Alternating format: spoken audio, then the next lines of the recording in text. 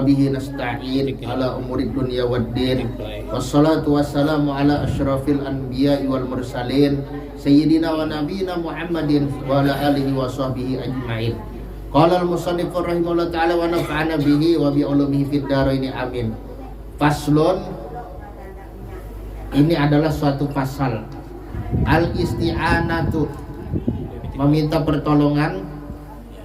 Arba'u khisalin, ada 4 perkara. Maksudnya ada 4 hukum. Ini dalam perkara thaharah atau dalam perkara ibadah. Yang pertama mubahatun. Mubah, arti mubah ya dikerjakan tidak berpahala, ditinggalkan tidak berdosa. Terserah mau dikerjakan atau ditinggalkan. Wa khilaful aula, dan yang kedua adalah menyalahi daripada yang utama. Bukan makruh, tapi menyalahi daripada yang utama. Kalau disalahi ya ibaratnya kada apa-apa. Kalau kayak itu juga kada menghasilkan pahala, cuma yang lebih utama. Wa makruhatun, dan yang ketiga adalah makruh, yaitu lebih baik ditinggalkan akan berpahala daripada dikerjakan. Tapi kalau dikerjakan pun tetap tidak berdosa.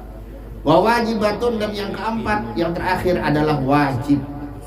Artinya harus dikerjakan, mau tidak mau. Kalau tidak dikerjakan maka berdosa, kalau dikerjakan maka berpahala. Tapi semua itu masalah mendapatkan pahala daripada mengerjakan perintahnya dan menjauhi larangannya, sekali lagi tergantung kepada niat yang ikhlas, niat yang tulus semata-mata karena Allah Subhanahu wa ta'ala. Kalau misalnya seseorang meninggalkan perzinaan, dikatuk orang di hotel pas bemalam, lalu imbah dibukai sekalinya bibinian yang bungas, yang memakai pakaian serba ketat, lalu bepender mau ditemani pak tidurnya. Nah sekalinya si Amang ini menyahut, oh enggak usah. Imbah itu lalu berkisahan imbah boleh ke benua rumah aja. Malam semalam tuh waktu bermalam di hotel di Jakarta, aku ditawari kurang. Ditawarin apa? Ya ditawarin naga itu pang, ada binian mengatuk. Cak aja aku masih anom tuh, lambat pada truk. Nah ini berarti meninggalkan perzinaan karena faktor usia. Nah bukan karena faktor takut kepada Allah Subhanahu wa ta'ala. Maka ini tidak mendapat pahala.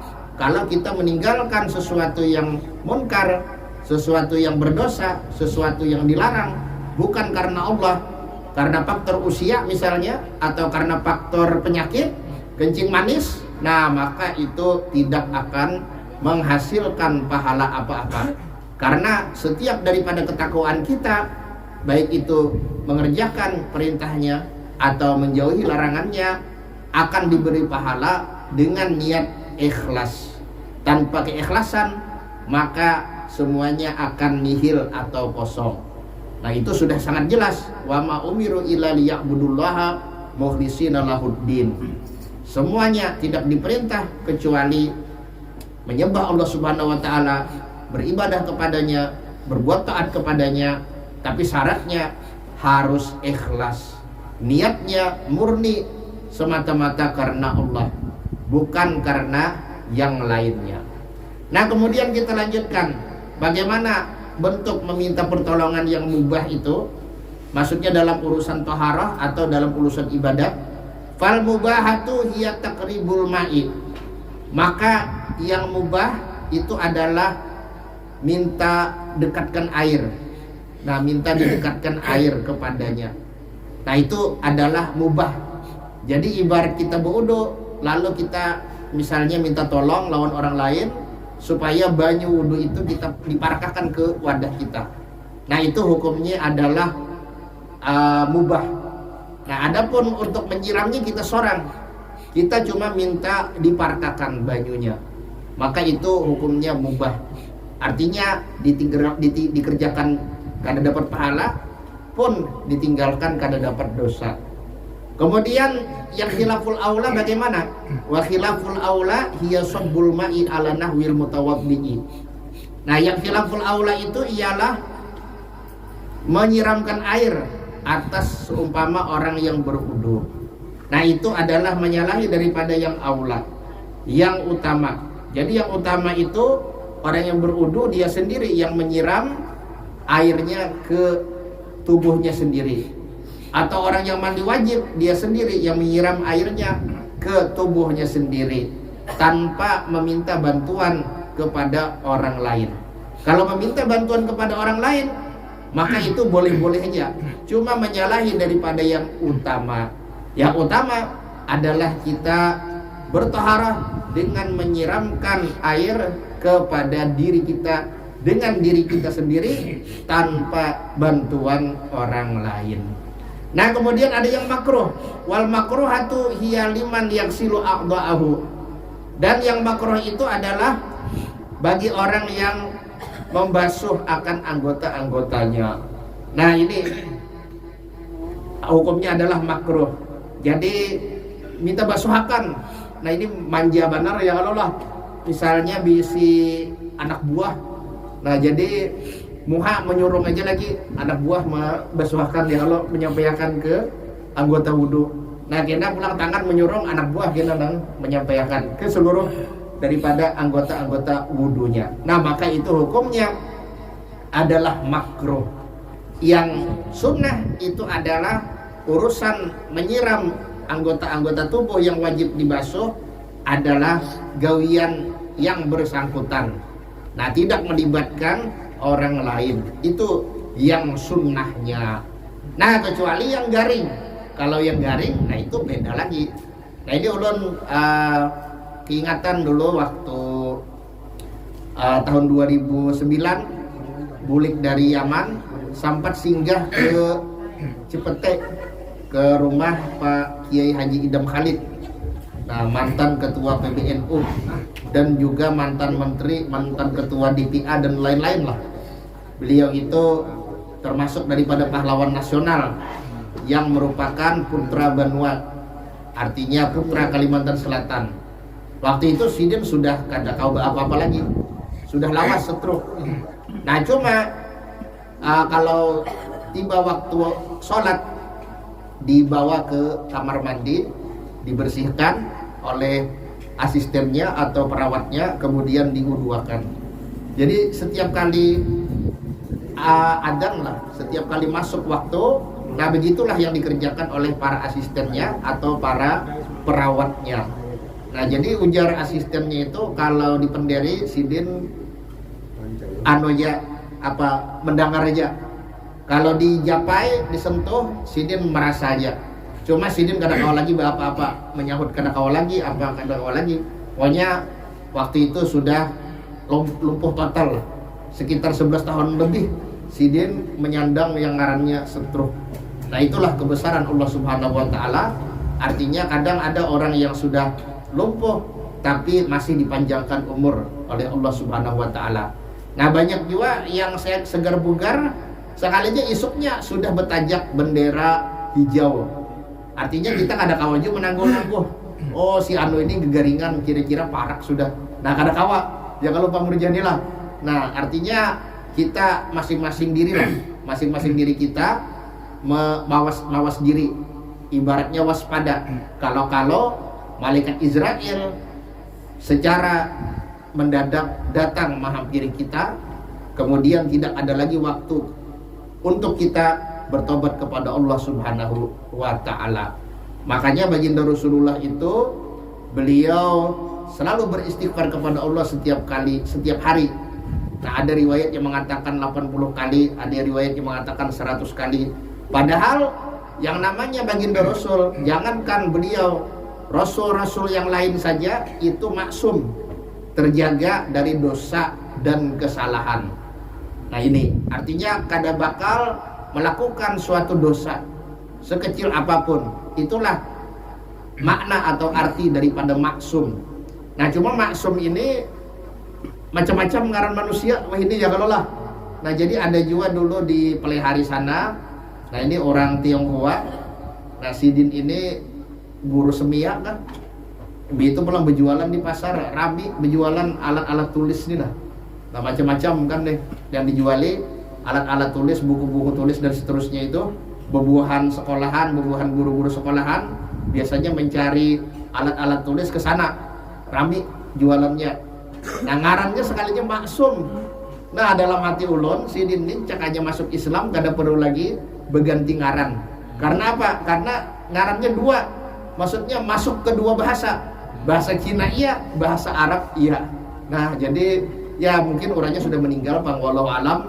Karena ulun kada pernah lagi mencari tahu apakah beliaunya itu masih hidup ataukah sudah meninggal. Nah, yang pasti para nabi itu maksum. Mereka terjaga dari dosa dan kesalahan, tapi baginda Rasulullah setiap hari beristighfar. Nah, adapun kita yang banyak melakukan dosa, banyak melakukan kesalahan, sering lupa beristighfar kepada Allah Subhanahu wa taala. Bahkan kita merasa masih lama hidup di dunia, padahal umur kada bebau, istilah orang bahari. Umur bisa aja berhenti detik kapanpun atau menit kapanpun kalau Allah Subhanahu wa taala telah mentakdirkan, telah menentukan sipulan kembali ke hadratnya pada jam sekian, detik sekian, menit sekian, hari sekian, itu tidak bisa ditolak-tolak. La yastakhiruna sa'atau wa la yastaqdimun. Tidak ada satupun yang menunda sekejap mata pun atau yang memajukan, tidak bisa. Itulah misteri daripada kematian yang pasti akan kita alami, yang pasti akan kita sampai kepada titik tersebut. Ya, kita berdoa saja mudah-mudahan kita termasuk daripada orang-orang yang meninggal dunia dalam keadaan husnul khatimah. Amin ya rabbal alamin. Nah, kemudian yang terakhir, wal wajibatu hiyalil maridi indal ajzi. Dan yang wajib itu adalah untuk orang sakit ketika dia tidak mampu atau tidak kuasa, maka wajib kita membantu.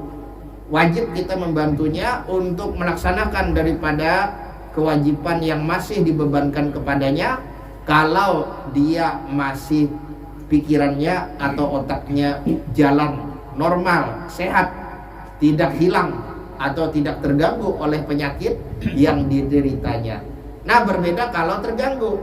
Misalnya seperti apa? Seperti orang koma. Nah, kalau orang koma itu sudah tidak ada taklif. Artinya tidak ada kewajiban orang yang koma untuk sholat. Nah, kalau komanya itu bukan dengan unsur kesengajaannya, bukan dengan kehendaknya, maka itu adalah bonus. Nah, ibaratnya orang yang pingsan, lalu zuhur itu misalnya sebelum zuhur dia pingsan, kemudian pas asar dia sadar, dan pingsannya itu bukan karena faktor kesengajaan. Misalnya pingsan karena kecelakaan, sebelum zuhur dia pingsan, pas asar dia sadar, maka zuhur itu adalah bonus untuknya. Nah, berbeda kalau bersengaja, misalnya menyuntikkan obat bius untuk dirinya sendiri. Misalnya ada dokter stres, lalu mengambil obat bius, lalu disuntikkan ke dirinya sendiri. Sebelum zuhur dia pingsan, pas asar dia sadar, maka zuhur itu tetap wajib diqodho karena dia kehilangan kesadaran, ada unsur kesengajaannya.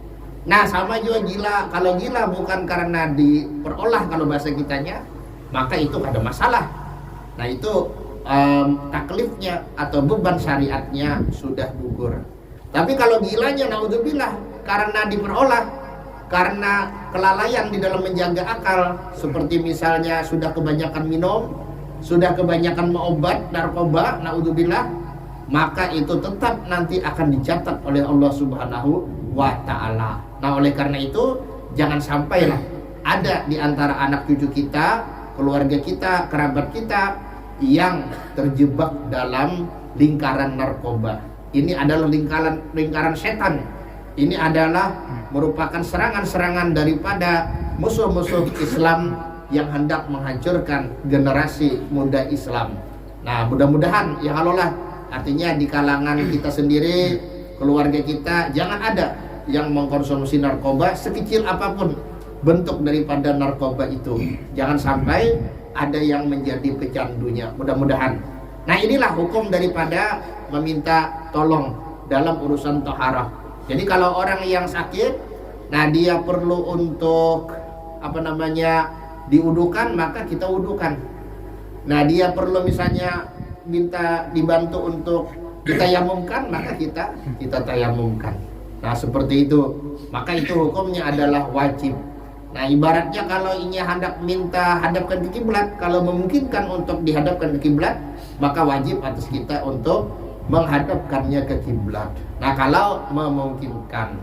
Nah sama seperti misalnya orang yang buta, dia mendengar panggilan adzan untuk sholat Jumat, ada orang yang bisa membawanya ke masjid, maka wajib untuk dia ke masjid dengan meminta bantuan kepada orang yang bersedia membawanya ke masjid. Nah kecuali kalau tidak ada orang yang bersedia membawanya ke masjid, nah maka gugur kewajibannya. Intinya seperti itu. Nah jadi ini adalah tergantung daripada kondisi yang terjadi pada saat itu. Nah kemudian selesailah pembicaraan tentang jenazah. Nah tentang jenazah, di mana kita ini sebagai orang yang hidup pasti suatu saat akan menyandang gelar ALM, almarhum. Itu sudah pasti. Kemudian titel yang terlewatkan, nah yang tidak terlewatkan kecuali satu. Nah tidak ada titel yang ibaratnya itu luput, nah yang tidak luput daripada manusia. Artinya satu titel ini pasti melekat pada manusia, baik itu sekarang atau yang akan datang. Tidak akan luput titel ini daripada setiap manusia, yaitu ALM, almarhum. Nah sekalipun padahal almarhum ini maknanya sangatlah dalam. Sebenarnya almarhum ini orang yang dirahmati, sedangkan orang mati itu belum tentu dirahmati. Nah banyak juga orang yang misalnya kada Islam disebut almarhum. Nah ini adalah kesalahan dalam penuturan. Nah kalau mendiang itu pas saja, tapi kalau almarhum itu adalah tidak pas. Almarhum itu diberikan kepada orang-orang yang dirahmati oleh Allah Subhanahu wa ta'ala. Nah adapun untuk orang Islam, ya insya Allah lah, gelar almarhum itu adalah sebagai husnuzon kepada Allah dan juga sebagai pengharapan kepada Allah. Mudah-mudahan kerabat kita atau kenalan kita, sahabat kita yang meninggal ini termasuk daripada orang-orang yang dirahmati oleh Allah Subhanahu wa ta'ala. Karena itulah kehidupan kita pasti akan berakhir. Tidak selamanya kita hidup di dunia ini. Nah kemudian sesudah ini kita akan membahas sedikit tentang zakat, yang mana beberapa waktu yang telah lewat kita telah membahas tentang hubungan dengan Allah Ta'ala, yaitu hubungan dengan Allah Ta'ala melalui ibadah sholat diantaranya. Ini yang paling kuat. Artinya kita berkomunikasi dengan Allah Subhanahu wa ta'ala, yang paling kuatnya itu adalah dengan melalui ibadah sholat. Di mana ibadah sholat ini bukan hanya rukunnya pada anggota tubuh, tapi juga pada lisan dan juga pada hati. Nah yang namanya sholat itu mesti melibatkan ketiga-tiganya. Bukan hanya anggota tubuh, bukan hanya lisan, tapi hati pun harus terlibat di dalam sholat, sehingga sholat kita itu menjadi benar di sisi Allah. Dan sholat kita itu termasuk daripada inna sholata tanha anil fahsya'i wal munkar. Sholat, sesungguhnya sholat itu mencegah daripada perbuatan keji dan munkar. Nah mudah-mudahan sholat kita termasuk daripada sholat yang disebutkan oleh Allah dalam ayat tadi. Karena juga tak sedikit orang yang rajin sholat, nah khususnya dari kalangan elit, ternyata apa? Ternyata korupsi. Nah ternyata memakan uang rakyat, atau misalnya menerima tapal sogok, nah menerima suap dan lain-lain. Nah kenapa demikian? Rajin sholat tapi korupsi? Tiada lain dan tiada bukan karena yang sholat hanyalah jasmaninya, adapun rohaninya tidak ikut sholat. Jadi yang namanya sholat itu harus kedua-duanya, zahir dan batin. Artinya jasad kita bergerak, lidah kita bergerak, pun hati kita juga bergerak. Kemana? Ke hadrat Allah Subhanahu wa Ta'ala.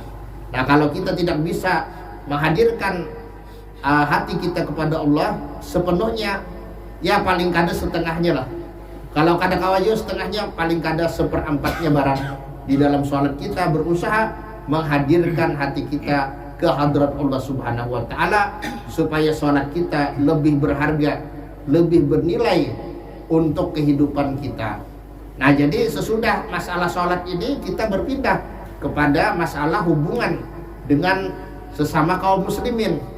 Nah, makanya di dalam Al-Quran itu banyak sekali ayat-ayat yang menggandengkan kewajiban sholat dengan kewajiban zakat. Wa aqimus sholata wa atuz zakah, itu kan banyak. Dan dirikanlah sholat serta bayarkanlah zakat. Nah, itu banyak ayat-ayat yang bergandengan antara menunaikan sholat dengan menunaikan zakat. Ini menunjukkan apa? Menunjukkan bahwa kita bukan cuma dituntut agar memiliki hubungan yang baik dengan Allah. Nah, ibaratnya vertikal, ya halulah hubungan vertikal, tapi juga memiliki hubungan yang baik dengan makhluk-makhluk Allah. Nah, khususnya sesama kaum muslimin, hubungan horizontal. Oleh karena itu, pernah ada dalam suatu hadis yang maksudnya tidaklah masuk surga seseorang yang tidur dengan lelap, tidur dengan nyenyak, sedangkan tetangganya kelaparan. Itu tidak akan masuk surga. Artinya apa? Dia tidak peduli dengan sesama kaum muslimin. Nah, dia hanya memikirkan dirinya sendiri. Maka itu adalah termasuk dari perbuatan atau sikap yang ditentang oleh agama kita. Oleh karena itu ada kewajiban berzakat. Nah, tapi tidak semua harta itu wajib dizakati. Ada harta-harta tertentu saja. Nah, ini yang harus kita ingat. Nah, lalu pembukaannya dulu sedikit. Nah, itu hanya tanya jawab. Nah, karena masih ada waktu lagi. Nah, masih banyak lagi waktu. Nah, faslun, ini adalah satu pasal. Al-amwalul lati talzamu fiha zakatu sittatu anwa'in. Harta-harta yang wajib di dalamnya zakat. Ada berapa macam? Sittatu anwa'in, 6 macam. Apa yang 6 itu? Nah, bila kada termasuk yang 6 ini berarti kada wajib. Yang pertama an-na'amu, binatang ternak. Nah, ini perlu dijelaskan juga, karena ada penjelasan yang lebih lengkapnya. Binatang ternak yang wajib zakat tidak semuanya. Yang wajib zakat hanya 3 jenis. Yang pertama adalah kambing. Nah, dan anunya lah macam-macamnya. Kambing ini kan bisa kambing kacangan, bisa kambing domba, bisa biri-biri, pokoknya kambing ternak lah. Nah, kemudian yang kedua adalah sapi. Nah, dan macam-macamnya seperti kerbau kan nih. Kalau kita menyambat hadangan, nah itu masuk sapi. Dan yang ketiga adalah onta. Baik onta yang punuknya 1 atau yang punuknya 2. Nah, itu masuk dalam kategori onta. Jadi hanya 3 ini yang wajib dizakati. Adapun yang bingon ayam, nah itu kan tidak zakat ayam. Yang bingon burung pipit, ya Allah, yang bingon itik itu kan tidak diwajibkan menzakati daripada binatang-binatang ternaknya itu. Kecuali karena jadi bos dan bukan dari binatang ternaknya yang dizakati, tapi dari tabungannya. Nah, karena sudah jadi bos itik, misalnya orang Alabio, di mana-mana kan nih bisi itik, ya kalau lah 60-an ribu itiknya.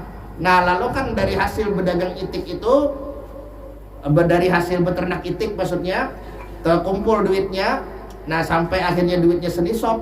Nah, kemudian di akhir tahun ternyata masih senisop, kada berkurang daripada nisopnya, maka itu wajib 2,5%-nya. Tapi itu zakat tabungan, bukan zakat ternak. Zakat ternak hanya pada 3, yaitu yang pertama kambing dan macam-macamnya, yang kedua adalah sapi dan macam-macamnya, dan yang ketiga adalah onta dan macam-macamnya. Maksudnya hewan ternak. Adapun yang ibaratnya lain hewan ternak itu beda pulang. Nang lain hewan ternak kan selanjutnya. Nah, kemudian kita lanjutkan yang berikutnya. Wan naqdani, dan yang kedua adalah emas perak. Nah, emas perak yaitu yang tertabung sampai setahun, maka wajib untuk dizakati 2,5%-nya. Nah, lalu sebagian ulama bahkan ini adalah sudah hampir dikatakan kesepakatan daripada ulama-ulama di masa kini yang mengatakan bahwasanya duit yang tertabung itu pun sama seperti emas perak yang tertabung, wajib untuk dizakati dengan syarat-syaratnya yang diantaranya adalah sampai nisabnya. Cuma para ulama berbeda pendapat tentang nisabnya ini. Apakah mematok ke nisab emas ataukah ke nisab perak? Karena kalau nisab emas itu 84 atau 85 gram. Sedangkan nisab perak itu adalah 588 gram. Nah, itu beda harganya. Kalau dahulu 20 miskol emas sama dengan 200 miskol perak. Itu dahulu. Nah, sekarang sangat jauh bedanya. Nah, antara 20 miskol emas dengan 200 miskol perak sangat jauh. Nah, kalau 20 miskol emas yaitu 84 graman, itu harganya mungkin sekitar berapa ini? 1 gram berapa tuh? 1 gram tuh nah berapa kali 84-an? 70 jutaan sekolah inilah. Ya kurang lebih gitulah. Ya kalau sama kira-kira tuh 900-an kalau hargalah emas segraman. Nah, kali 84-an yaitu sekitar 75-an kalau jutanya. Nah, adapun perak ini ujar habar semakin berturun harganya. Jadi 588 gram itu paling sekitar 10 jutaan. Jadi kalau kita memakai nisab perak, kita bisa tabungan misalnya 50 juta misalnya nih. Kemudian awal kita menabung nih 50 juta misalnya, entah berjual apakah ya Allah lah dapat 50 juta. Nah, itu kita tabung sekalinya di akhir tahun ternyata itu masih tersisa 20 jutaan. Nah, kalau pakai nisab perak itu masih kena. Tapi kalau kada pakai nisab perak melainkan pakai nisab emas itu masih jauh, masih belum kena. Intinya kayak itu. Nah, kemudian wal muasyaratu. Yang ketiga adalah muasyarat. Nah, ini adalah tumbuh-tumbuhan dua macamnya, yaitu biji-bijian. Nah, itu biji-bijian yang biasa dikonsumsi di waktu normal sebagai bahan makanan pokok seperti gandum, jelai, beras, jagung dan seterusnya. Nah, itu. Yang kedua buah-buahan. Nah, buah-buahan ini khusus untuk korma dan anggurnya. Dan anggurnya pun menurut mayoritas ulama itu yang sudah jadi kismis, yang sudah kering. Begitu juga kormanya yang sudah bujur-bujur masak. Nah, kemudian yang berikutnya wa amwalut tijarati, dan barang-barang perdagangan. Nah, itu kena akan dibahas. Nah, barang perdagangan itu kayak apa cara menghitungnya? Nah, kayak apa cara mengeluarkannya, kayak apa cara menghitungnya. Nah, ini supaya jelas. Nah, ini apa? Wajibuha rubu usri himati urudit tijarati. Yang wajib daripada harta-harta perdagangan itu adalah 2,5%. Nah, 2,5% daripada nilai barang-barang perdagangan yang masih tersisa di akhir tahun. Nah, perhitungannya insya Allah akan lebih jelas lagi pada pertemuan yang akan datang. Kemudian yang kelima warrikazu, yaitu harta yang berasal dari masa lalu. Emas perak peninggalan orang-orang yang hidup sebelum Rasulullah diutus. Seperti misalnya peninggalan orang Romawi kuno, orang Mesir kuno, orang Yunani kuno dan lain-lain. Pokoknya orang-orang kuno, orang-orang yang Rasulullah belum diutus pada masa itu. Maka itu disebut harta rikas. Dan yang terakhir wal ma'din. Wal ma'din itu artinya tambang. Dan dalam mazhab Syafi'i tambang ini hanya berlaku yang kena zakat emas perak saja. Adapun yang selain emas perak kada wajib. Jadi batu bara kada wajib, batu baranya itu dizakati. Tapi bos batu bara yang duitnya banyak itu wajib berzakat dari tabungannya. Nah, itu dia seperti itu. Nah, ini enam harta benda yang wajib dizakati. Selain daripada harta benda yang disebutkan tadi, itu kada wajib dizakati. Nah, adakah kira-kira pertanyaan? Nah,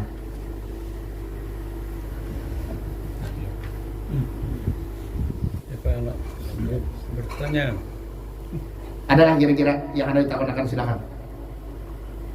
Kira-kira 10 menit lagi. Adakah pertanyaan?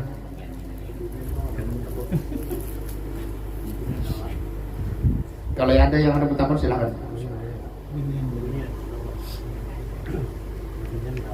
Yeah. Adakah pertanyaan? Adakah? Amun kira nyaman ditarusakan ya kalau sampai Isya ya kalau lah. Nah, jadi mungkin ada lagi pertanyaan-pertanyaan yang berkaitan dengan yang masalah emas perak tadi misalnya. Nah, itu perhiasan perempuan apakah kena zakat atau tidak? Nah, dalam mazhab Syafi'i perhiasan perempuan tidak kena zakat. Nah, yang kena zakat itu adalah perhiasan ampun lelaki, lakian. Nah, karena lakian itu haram memakai emas perak. Jadi kalau ia menukar emas perak, maka itu khusus untuk dia jadikan tabungan, investasi. Nah, maka itu wajib untuk dizakati. Adapun emas perak punya perempuan yang merupakan perhiasan, maka itu tidak dikenakan zakat dalam mazhab Syafi'i, kecuali pakai mazhab lain seperti misalnya mazhab Hanafi yang mengatakan tetap wajib zakat. Tapi kalau mazhab kita, perhiasan perempuan sedikit pun tidak terkena zakat, kecuali yang berat-berat, yang berlebihan, misalnya pendeng sekilo misal, nah itu kena zakat itu. Kalau pendeng sekilo, pendeng dari emas asli ya kalau atau selempang dari emas asli sekilo misalnya, wah ini barat-banar ini. Nah, ini hukumnya memang kena wajib zakat karena itu melebihi daripada batas perhiasan yang normal. Adapun kalau yang normal-normal saja, ya gelang, kalung, yang beratnya itu normal-normal aja, biasa-biasa aja kan istilahnya nih. Misalnya kalung 20 gram, ya kalau 30 gram kan itu masih biasa-biasa aja. Gelang misalnya ya kira-kira 10 gram atau 15 gram. Nah, itu dalam mazhab Syafi'i tidak ada kewajiban untuk mengeluarkan zakatnya. Jadi untuk perhiasan perempuan dalam mazhab kita yang terkena zakat hanyalah yang berlebihan, yang tidak sewajarnya, seperti yang ulun gambarkan tadi, pending emas sekalinya segram sekilo. Nah, kada segram bang, sekilo, 1 kilogram. Nah, ini berlebihan.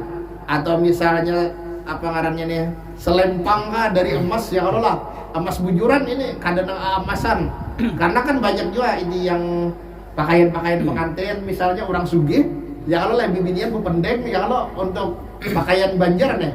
Nah, sekalinya misalnya haji siapakah ngarannya orang duit banyak apa jurang tuh kresiris ke jurang wah ini istilahnya tuh. Nah, itu nang duit berlebihan kada berhitung lagi, kada beseri duitnya. Nah, jadi minta olahakan gak senang anak misalnya nih kawin pendeng dari emas. Nah, itu sekilo, wah ada gambaran. Begitu pulang yang di sininya pulang nih. Nah, sekilo juga. Nah, anu aja lagi nih, barat menyandang aja lagi ya kalau 2 kilo nih yang disandang. Nah, itu. Tapi memang menurut cerita-cerita yang dahulu itu sudah pernah ada di zaman Fir'aun, yaitu di zaman Korun itu perhiasannya luar biasa. Sampai-sampai gudang emasnya aja itu dikunci, yang kuncinya itu gemboknya itu dibawa oleh banyak orang. Nah, yang menyandangnya itu bukan 1-2 orang, sampai puluhan orang hanya kawa membawa gemboknya itu, kada gegampangan. Itu gudang emasnya. Nah, bagaimana dengan yang lainnya kan? Itu sudah ada memang di masa-masa dulu. Jadi kadang mengherankan seandainya di masa ini ada misalnya pendeng ikat pinggang yang terbuat dari emas yang beratnya misalnya sekilo atau lebih, itu biasa-biasa aja itu kan istilahnya deh. Nah, karena itulah manusia condong menyombongkan dirinya karena pengaruh hawa nafsu. Itulah kecenderungan manusia. Oleh karena itu agama kita datang untuk apa? Untuk menundukkan hawa nafsu kita agar tidak sombong, agar tidak berbesar diri, agar ingat bahwasanya kita ini pada hakikatnya adalah hina, sedangkan yang mulia, yang semulia-mulianya yang sebenar-benar yang mulia itu adalah Allah Subhanahu wa Ta'ala. Adapun kita sebagai makhluk pasti akan kembali ke tanah, tempat yang menjadi injakan setiap makhluk yang hidup di muka bumi ini. Nah, jadi itu mungkin tambahan bahwasanya untuk perhiasan perempuan, nah itu tidak kena zakat kecuali kadar yang berlebih. Nah, kemudian juga mungkin sedikit lagi menunggu Isya. Nah, masalah zakat perdagangan tadi ini memang cara menghitungnya ada perbedaan pendapat di kalangan ulama, yaitu yang masalah diantaranya piutang, hutang piutang itu nah. Nah, apakah juga itu dimasukkan atau tidak? Nah, kemudian misalnya masalah ketika kita berdagang, nah lalu kan di penghujung tahun itu ada hujungannya kan istilahnya nih. Nah, yang berbentuk duit, apakah itu juga dimasukkan, dihitung atau kada kan istilahnya nih. Nah, cuma yang disepakati oleh para ulama, itu adalah untuk menghitung zakat perdagangan barang-barang dagangan yang ada saat itu, yang ada ketika akhir tahun. Nah, intinya seperti itu. Nah, itu sepakat, tidak ada perselisihan. Yaitu misalnya kita berjualan barang elektronik. Nah, misalnya mulai bulan Januari kita berjualan. Januari tanggal 1 2022. Maka di Januari tanggal 1 2023 kita cek, kan yang ngarannya berjualan ini berputar. Karena payu barang kita kita tukarkan pulang ke barang yang lain, sedangkan untungnya gasan kita hidup, ya Allah, gasan kita makan, gasan kita minum dan seterusnya. Nah, berputar terus itu. Jadi yang di akhir tahun ini boleh jadi lebih banyak dari yang awal, boleh jadi lebih sedikit, kan seperti itu. Nah, untung-untungan yang ngarannya kita berdagang ini. Nah, kalau misalnya dalam mazhab kita ini mematoknya adalah di akhir tahun. Jadi misalnya kan kita nih berdagang elektronik, kalau kita mematoknya kepada emas, hitungan emas, yaitu 84 gram emas, yaitu anggaplah sekitar 75 jutaan duitnya. Nah, kita bermodal misalnya hanya sekitar 50 juta. Di awal tahun berjualan barang elektronik hanya 50 juta. Nah, kemudian seiring dengan waktu, ini perdagangan berjalan, berputar-berputar, duitnya berputar-berputar, artinya kan yang sudah payo kan kita sisihkan untuk menukar barang hanyar, kemudian kita sisihkan lagi yang lainnya untuk keperluan hidup kita, kan gitu yang artinya orang berdagang. Nah, diputar, akhirnya di akhir tahun kita hitung lagi barang elektronik yang ada di akhir tahun itu yang siap jual. Nah, baik itu yang ada di toko atau yang kita simpan kan istilahnya nih, karena yang kita simpan di gudang itu sebenarnya karena toko ada muat kan gitu. Artinya bila orang mencari, kita siap untuk mendatangkan dari gudang, kan seperti itu kan. Nah, kemudian kita hitung semua barang dagangan kita yang ada di akhir tahun itu. Nah, ternyata hitungannya adalah 80 juta dengan harga yang standar, harga pasaran. Nah, pasarannya ini TV ini misalnya pasarannya sekian, kita hitung. Radio ini, merek ini pasarannya sekian, kita hitung, berataan ternyata 80 juta, padahal kita bermodal awalnya hanya 50 juta. Tapi di akhir tahun ternyata angkanya itu kita dapatkan 80 juta. Maka itu wajib untuk kita zakati, yaitu 2,5%-nya. Nah, jadi 2,5% itu, nah kalau hitungan 100 juta sama dengan 2,5 juta ya Allah. Kalau hitungan 100 juta 2,5 juta. Kalau misalnya hitungan 1M berarti selawi juta ya Allah. Nah, ini nih yang mengolah bubuhan orang-orang orang bawahan pengusaha lah, jadi berpikir 1M sudah selawi juta. Kalau 10M, nah ini selawi juta berarti 250 juta lah kalau 10M. Kalau 100M, oh banyak benar ini 100M berarti 250 juta yang dikeluarkan. Kalau 1 triliun, nah ini 2,5M yang mesti dikeluarkan kalau bisa duit 1 triliun. Kalau misalnya bisa 10 triliun berarti 25M. Ya kalau 25M yang dizakati.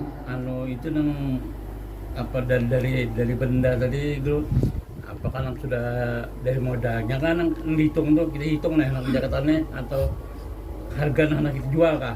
Ini harga yang anak kita jual, yang harga pasaran. Kalau dari modal adalah ada. Kita nukar punya sawi. Iya. Nah dihitung sawi dulu karena belum payu lagi deh. Iya, patokannya tuh harga yang standar, harga pasaran yang bakal kita jual, tapi bukan harga kita, tapi harga pasaran. Ibaratnya kan kayak gelas ini pasarannya misalnya 30.000, maka kita hitung 30.000 sekalipun kan karena kita menjualnya 35 misal, tapi yang kita umpatin harga pasaran. Nah gitu jadi bukan harga kita tapi harga pasaran. Nah jadi kita hitung ini gelas nih 30. Nah kita pulang misalnya dampar nih berapa misalnya nih barang dagangan kita. Nah ini standarnya ini misalnya 1 juta. Nah kita tulis 1 juta akan gitu. Nah yang standarnya nih yang pasarannya, sekalipun kita misalnya menjualnya 1.100.000 misalnya kan gitu. Nah jadi bukan harga kita melainkan harga pasaran, harga standar. Nah harga yang kebanyakan orang menjual ini berapa. Nah itu sama misalnya kayak orang penjualan HP kan ya, kalau lah harga standarnya berapa, misalnya sebiji HP ini standarnya di mana-mana 2 juta. Nah maka kita catat 2 juta sekalipun kita menjualnya lebih murah misalnya nih mungkin 1.950.000 misalnya, atau lebih mahal 2.050.000 kan misalkan gitu. Nah tapi patokannya bukan harga kita melainkan harga standar, harga pasaran yang berlaku di saat itu. Nah yang berlaku di saat itu kadang setahun semalam nggak ada yang pas, karena kan harga ini bisa menaik. Nah apalagi kalau krisis ya, kalau lah krisis ekonomi bisa melambung harga kan gitu. Nah jelas yang lebih aja lah. Ada sedikit mengenai masalah apa perhiasan deh. Iya. Perhiasan itu ada batasnya pemakaian yang wajib di Jakarta. Ini kan kadang kan dia guru tadi kan ada 30 gram, 20 gram. Ini 50 gram umpamanya. Iya. Nah, karena kan ini batasannya menurut sebagian ulama itu 10 kali dari nisab. 10 kali dari nisab itu, kalau nisab itu kan 84 gram. 84. Jadi kalau 10 kali 840-an. Jadi kalau misalnya satu pendeng emas 840 graman, nah itu kena wajib zakat, karena itu dianggap melebihi dari batas wajar 10 kali lipat daripada nisab. 10 kali lipat daripada nisab. Seandainya 80 kali 8 kali aja Bang, 8 kali atau 9 kali itu kena lah. Masih belum lagi kan. Jadi 10 kali lipat yaitu 840-an gramnya itu nah itu sudah kena zakat karena dianggap kada wajar. Nah yang wajar itu kan yang di bawah kan gitu. Artinya berarti ini manusia memang hendak menyombongkan diri ya, kalau istilahnya nih bisi pending ini binian bang lah, maaf nih kan, kalau lakian majinnya aja kalau lah nengarnya haram bang istilahnya. Lakian kan haram pakai emas. Nah itu adalah merupakan sesuatu yang sudah diketahui secara umum bahwasanya lakian tidak boleh memakai pakaian maksudnya perhiasan emas, baik itu gelang atau kalung atau cincin dan sebagainya, termasuk juga perak tidak dibolehkan kecuali cincin perak. Nah cincin perak itu dikecualikan. Nah cincin perak, bahkan kalau cincin perak itu memang kita pakai sesuai dengan yang pernah dipakai oleh Rasulullah, yaitu di jari kelingkingnya kan gitu. Nah itu kita akan mendapatkan pahala sunnah mengikut baginda Rasulullah. Nah jadi cincin perak itu para ulama mengatakan hukumnya adalah sunnah karena Rasulullah memakainya. Nah cuma apakah dibatasi hanya 1 cincin atau boleh 2 misalnya nih, para ulama pun berbeda pendapat. Ada yang mengatakan hanya dibatasi 1 cincin saja, ada yang mengatakan boleh 2. Nah tapi kadang boleh yang lebih dari itu, intinya seperti itu. Nah jadi intinya masalah cincin perak ini sebenarnya sudah sangat jelas. Artinya kalau hanya 1 biji itu sepakat dibolehkan, bahkan disunahkan kalau kita memakainya sesuai dengan cara Rasulullah SAW. Adapun cincin besi justru ada yang mengatakan makruh. Nah karena orang-orang ahli neraka itu akan memakai nanti cincin atau gelang dan sebagainya yang berasal daripada besi yang panas. Nah seperti itu. Justru ada satu pendapat, tapi ini pendapat yang lemah. Yang kuat memang kada makruh. Cuma ada pendapat yang lemah yang mengatakan memakai cincin besi itu hukumnya adalah makruh karena tasabuh atau menyerupai orang-orang ahli neraka. Nah jadi kalau kita hendak pakai cincin lelakian itu pakai yang perak. Nah itu supaya kada kena khilaf. Nah kita memakainya satu aja. Karena kalau dua itu ada kontroversi, ada yang mengatakan boleh, ada yang mengatakan kada boleh. Nah itu cincin dari perak. Nah adapun kalau cincin dari yang swasta, nah itu tergantung dari apakah bisa dipisah atau kada emasnya. Kalau emasnya masih bisa dipisah dengan menggunakan panasnya api, maka itu tetap haram. Adapun kalau dipisah, artinya hanya sedikit emasnya itu, maka itu dibolehkan juga. Nah cuma ulun dengar yang ada ini banyak yang kada emas jar. Jadi ulun ada patuhan. Jadi yang digarani swasta nih di beberapa tempat itu sebenarnya lain emasnya. Model kayak semacam kuningan ke apakah kan gitu. Nah banyak orang menyangka itu emas, padahal bukan emas. Nah iya semacam itu, tapi warnanya itu kekuning-kuningan seperti emas, padahal sedikit pun kadang mengandung unsur emas. Nah kalau kadang mengandung unsur emas kayak itu, ya jelas itu adalah sesuatu yang dibolehkan saja untuk kaum pria. Nah intinya itu tuh. Nah karena sudah isya ya Allah. Nah insya Allah akan kita sambung lagi. Kalau ada salah dan khilaf ulun mohon maaf.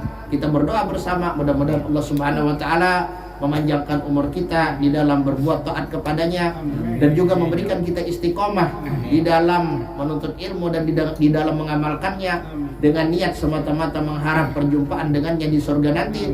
Dan juga kita berdoa mudah-mudahan Allah Subhanahu wa taala mengampuni dosa-dosa kita, menutupi kekurangan-kekurangan kita, memaafkan kesalahan-kesalahan kita, mengabulkan hajat-hajat kita, menerima amal ibadah kita, dan menjadikan kita sekalian sebagai calon-calon penghuni surga yang akan masuk ke dalam surga tanpa hisab atau dengan hisab yang mudah bersama baginda Rasulullah SAW dan segenap orang-orang yang diridhai oleh Allah Subhanahu wa taala.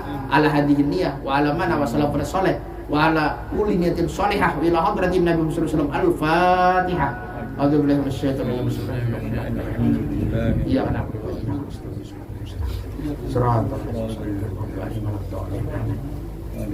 Amin ya Allah. Bismillahirrahmanirrahim. Alhamdulillah alamin wassalatu wassalamu ala asyrofil anbiya'i wal mursalin sayyidina wa nabiyina Muhammadin wa ala alihi wa sahbihi ajma'in. Allahumma alif baina qulubina wa aslih dzata bainina wa akhrijna minadh dhulumati ilan nur wa jibna fi syamma dhahara minha wa batan wa barik lana fi asma'ina absarina wa qulubina wa azwajina wa dhurriyyatina wa tub alaina innaka antat tawwabur rahim waj'alna syakirina li ni'matika qabiliha muslimin wa atimma alaina rabbana dhalamna anfusana wa illam taghfir lana lanakunanna minal khasirin rabbana hab lana min azwajina wa dhurriyyatina qurrata a'yun waj'alna lil muttaqina imama rabbana atina fid dunya hasanah wa fil akhirati hasanah wa qina adzabannar sallallahu alaihi wasallam Muhammadin nabiyil ummi rasulullah subhanahu rabbil izzati amma yasifun wa salamun alal mursalin walhamdulillahi rabbil alamin.